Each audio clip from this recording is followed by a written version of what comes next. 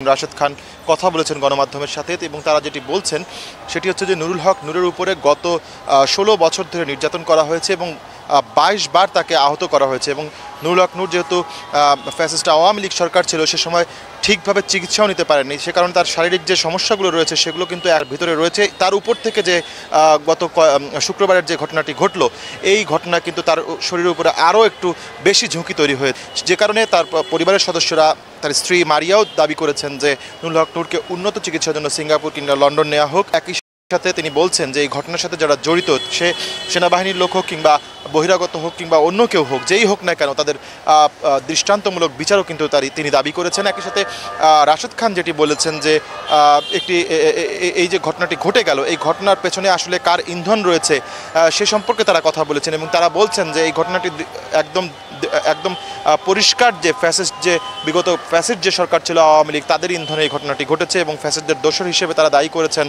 জাতীয় পার্টিকে এবং তাদেরও ইন্ধন এখানে রয়েছে বলে তারা অভিযোগ করছেন। এরই প্রেক্ষাপটে আমরা কিছুক্ষণ আগে এখানে এসেছিলেন বিএনপির সিনিয়র যুগ্ম মহাসচিব রুহুল কবির রিজভী আহমেদ।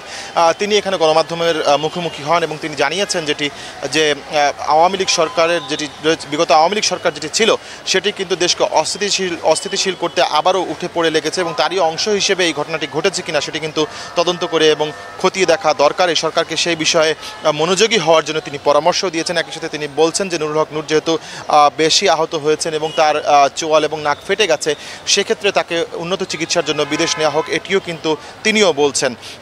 যেহেতু তিনি এছাড়াও রাশেদ যেটি বলছেন যে নুরুল হক নূরকে এখন বাংলাদেশে রেখে চিকিৎসা করানোটা অনেকটাই ঝুঁকিপূর্ণ, কারণ হচ্ছে তাকে রাজনৈতিক হত্যাকাণ্ডের শিকার হতে পারে এরকম একটি অভিযোগও কিন্তু তিনি করছেন।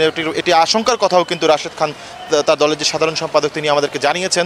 তো এরই প্রেক্ষাপটে আপনি দেখতে পাচ্ছেন যে এখন ঢাকা মেডিকেল কলেজে তার দলীয় নেতা কর্মীরাও কিন্তু বাইরে অপেক্ষা করছেন যে নূরের চিকিৎসার সার্বক্ষণিক তথ্য তারা সংগ্রহ করছেন এবং নজরদারি রেখেছেন।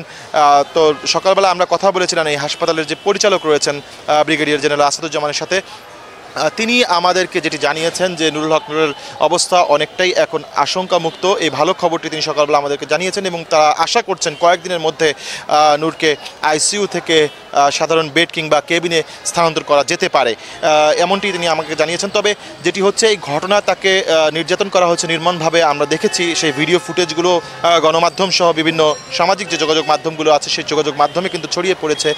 সেখানে কিন্তু দেখা গেছে তাকে কীভাবে নির্মমভাবে নির্যাতন করা হচ্ছে। সেই নির্যাতনের কারণে নূরের আসলে যে ক্ষতিগুলো হয়েছে সেই ক্ষতির কারণে তিনি আসলে ট্রমাটাইজড অবস্থায় আছেন, এটি বলছেন এখানকার সংশ্লিষ্ট চিকিৎসকরা। সেটি কাটিয়ে উঠতে কিছুটা সময় লাগতে পারে এমন শঙ্কার কথাও কিন্তু বলেছেন হাসপাতালের পরিচালক। তো ভাবনা এই ছিল আমার কাছে ঢাকা মেডিকেল থেকে সবশেষ তথ্য।